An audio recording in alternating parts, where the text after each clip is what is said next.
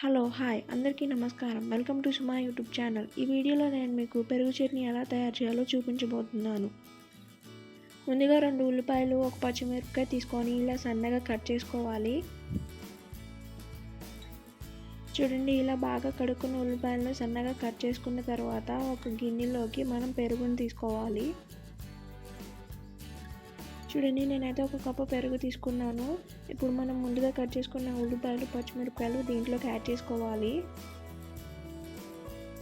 చూడండి, ఉల్లిపాయలు, పచ్చిమిరపకాయలు వేసిన తర్వాత ఒక 1/2 స్పూన్ పసుపు, 1 స్పూన్ కారం, ఇంకా మనకు రుచికి తగినంత ఉప్పును వేసుకొని బాగా కలుపుకోవాలి.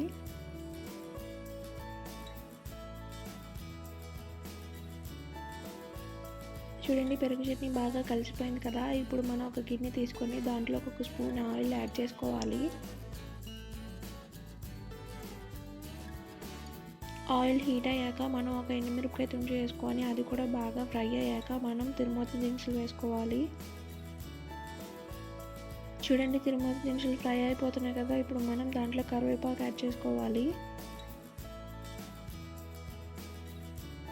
చూడండి, ఇప్పుడు మన తిరుమూత రెడీ అయిపోయింది. ఇప్పుడు మనం ముందుగా తయారు చేసుకున్న పెరుగు చట్నీలోకి ఈ తిరుమూతని యాడ్ చేసుకోవాలి.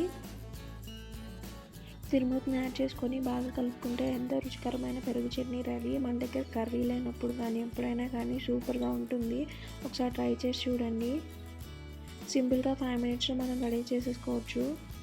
ఈ వీడియో మీకు నచ్చినట్లయితే లైక్ చేయండి, షేర్ చేయండి, ప్లీజ్ సబ్స్క్రైబ్ చేయండి. Thanks for watching.